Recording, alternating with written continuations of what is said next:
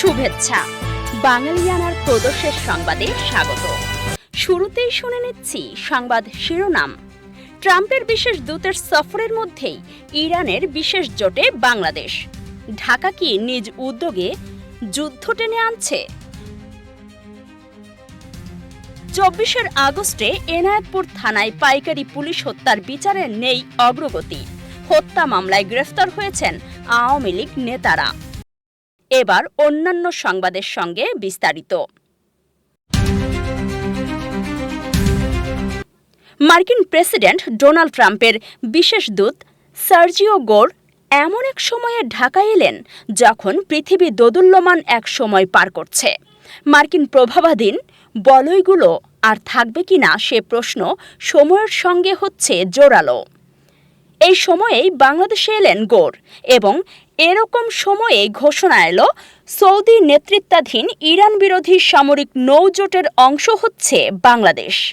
এই জোট সরাসরি মার্কিন প্রভাব বলয়ের জোট এবং এই জোটের অংশ হওয়া মানে যুক্তরাষ্ট্রের সঙ্গে যুদ্ধ ঘোষণারই শামিল। অর্থাৎ বাংলাদেশ ইরান সহ যুক্তরাষ্ট্র বিরোধী শক্তিগুলোর বিরুদ্ধে একরকম আনুষ্ঠানিক যুদ্ধই ঘোষণা করেছে। এটিকে পোয়েটিকভাবে বলতে হয়, রণাঙ্গন একেবারে শান্ত, কিন্তু আমরা যুদ্ধে জড়িয়েছি।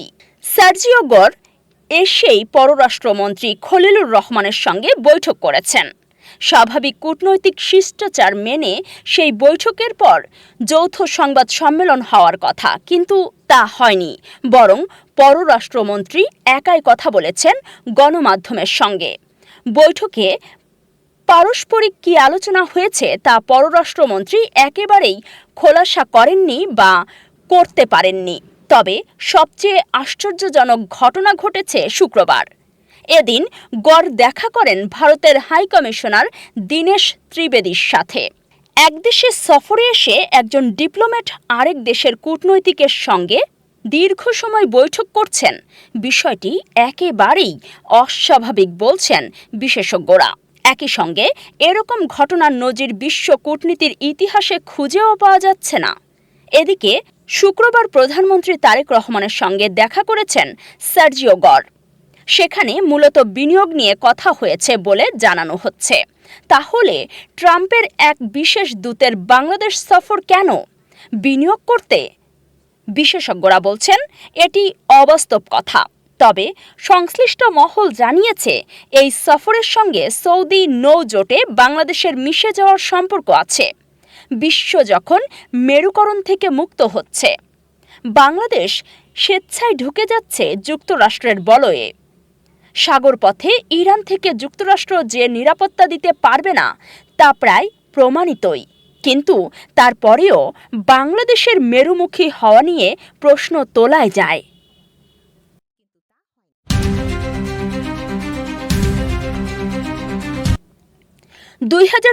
সালে বৈষম্য বিরোধী ছাত্র আন্দোলন চলাকালে এক ন্যাক্কারজনক হামলার শিকার হয় সিরাজগঞ্জ জেলার এনায়েতপুর থানা। স্বাধীন বাংলাদেশে থানার ওপর এই ধরনের হামলা এর আগে অবধি ছিল নজিরবিহীন। হামলায় থানার অফিসার ইনচার্জ সহ 15 জন পুলিশ সদস্য নিহত হন। এর মধ্যে ঘটনার দিন থানার আশেপাশে 13 জন পুলিশের মরদেহ উদ্ধার করা হয়। 2 জন চিকিৎসাধীন অবস্থায় মারা যান। নিহত একজনকে থানার পাশে বাজারে একটি গাছে ঝুলিয়ে রাখা হয়েছিল।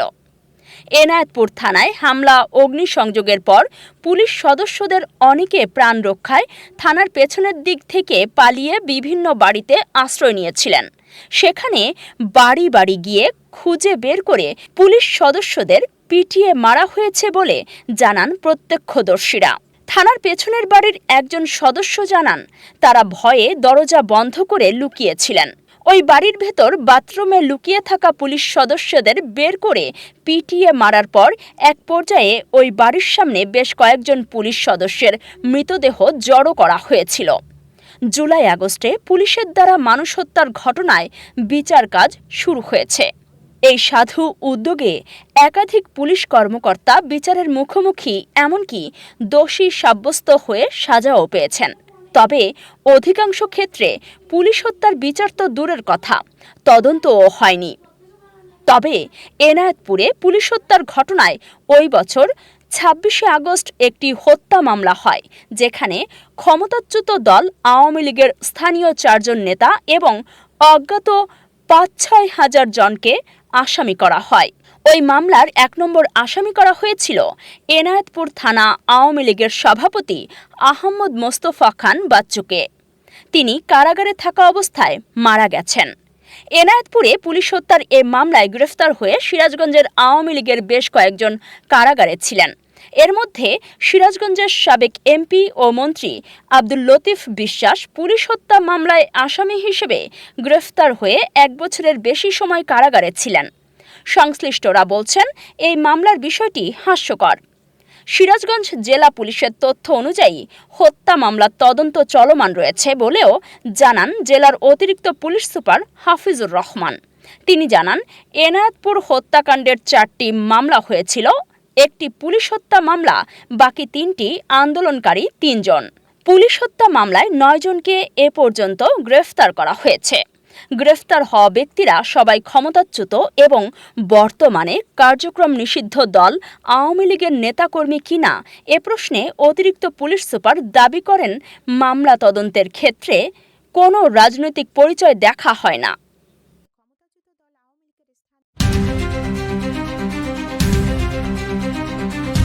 যুক্তরাষ্ট্র ভ্রমণের পর ভিসার মেয়াদ শেষ হওয়ার পরও অবস্থান করা বা ওভারস্টে ঠেকানোর লক্ষ্যে ৫০টি দেশের নাগরিকদের জন্য বাধ্যতামূলক জামানত বা ভিসা বন্ড জমা দেওয়ার বিধান স্থায়ী করতে যাচ্ছে যুক্তরাষ্ট্রের স্টেট ডিপার্টমেন্ট। প্রস্তাবিত নতুন নিয়ম অনুযায়ী এসব দেশের নাগরিকদের যুক্তরাষ্ট্রে ব্যবসা ও পর্যটন ভিসার আবেদন অনুমোদনের ক্ষেত্রে কনসুলার কর্মকর্তাদের নির্দেশনা অনুসারে সর্বোচ্চ ২০,০০০ মার্কিন ডলার পর্যন্ত বন্ড জমা দিতে হতে পারে।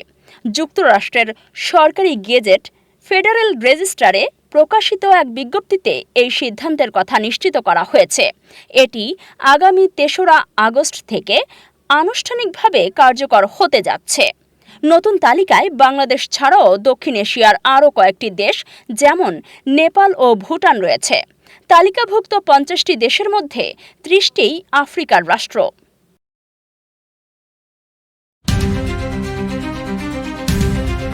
যুক্তরাষ্ট্রের দূতাবাসগুলো বলেছে, মধ্যপ্রাচ্যের নিরাপত্তা পরিস্থিতি এখন অত্যন্ত জটিল এবং যে কোনো সময় অপ্রত্যাশিত উত্তেজনা সৃষ্টি হতে পারে।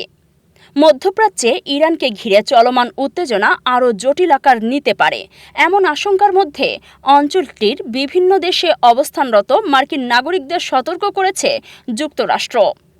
জর্ডান, ইসরায়েল, ইরাক সহ মধ্যপ্রাচ্যের একাধিক দেশে অবস্থিত মার্কিন দূতাবাস নাগরিকদের প্রতি আহ্বান জানিয়েছে, পরিস্থিতি আরও অবনতির আগে সম্ভব হলে অঞ্চল ত্যাগ করতে অথবা জরুরি প্রয়োজনে দ্রুত চলে যাওয়ার জন্য প্রস্তুত থাকতে। শনিবার প্রকাশিত এক নিরাপত্তা সতর্কবার্তায় যুক্তরাষ্ট্রের দূতাবাসগুলো বলেছে, মধ্যপ্রাচ্যের নিরাপত্তা পরিস্থিতি এখন অত্যন্ত জটিল এবং যে কোনো সময় অপ্রত্যাশিত উত্তেজনা সৃষ্টি হতে পারে।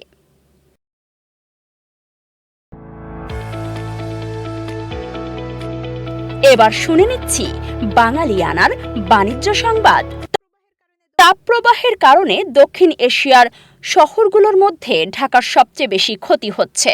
সম্প্রতি প্রকাশিত বিশ্বব্যাংকের এক প্রতিবেদনে এমন শঙ্কা প্রকাশ করা হয়েছে। বলা হয়েছে, ২০৩০ সালের মধ্যে তাপপ্রবাহের কারণে কর্মঘণ্টা নষ্ট হবে ৪,৬৫,০০০ পূর্ণকালীন চাকরির সমান। এটি ঢাকায় ওই সময়ের প্রতিবছর মোট কর্মঘণ্টার প্রায় ৩%।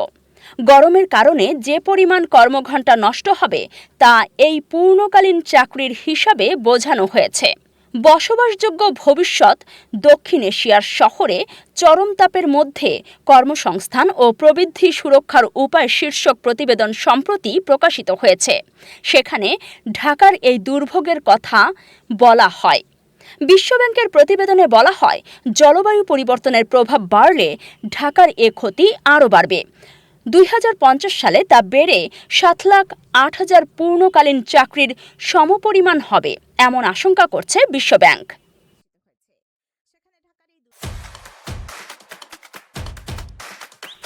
এবার শুনে নিচ্ছি বাঙালিয়ানার ক্রীড়া সংবাদ। 4 থেকে 17 নভেম্বর বাংলাদেশে অনুষ্ঠিত হবে পুরুষ সাফ চ্যাম্পিয়নশিপ। এই টুর্নামেন্টের ড্র শনিবার বিকেলে ভুটানের থিম্পুতে অনুষ্ঠিত হয়েছে। স্বাগতিক বাংলাদেশ এ গ্রুপে পড়েছে।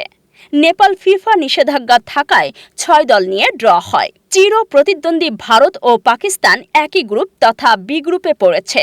এই গ্রুপের অন্য দল মালদ্বীপ। এই গ্রুপের চ্যাম্পিয়ন ও রানার্স আপ সেমিফাইনালে খেলবে। স্বাগতিক বাংলাদেশের গ্রুপে প্রতিপক্ষ ভুটান ও শ্রীলঙ্কা।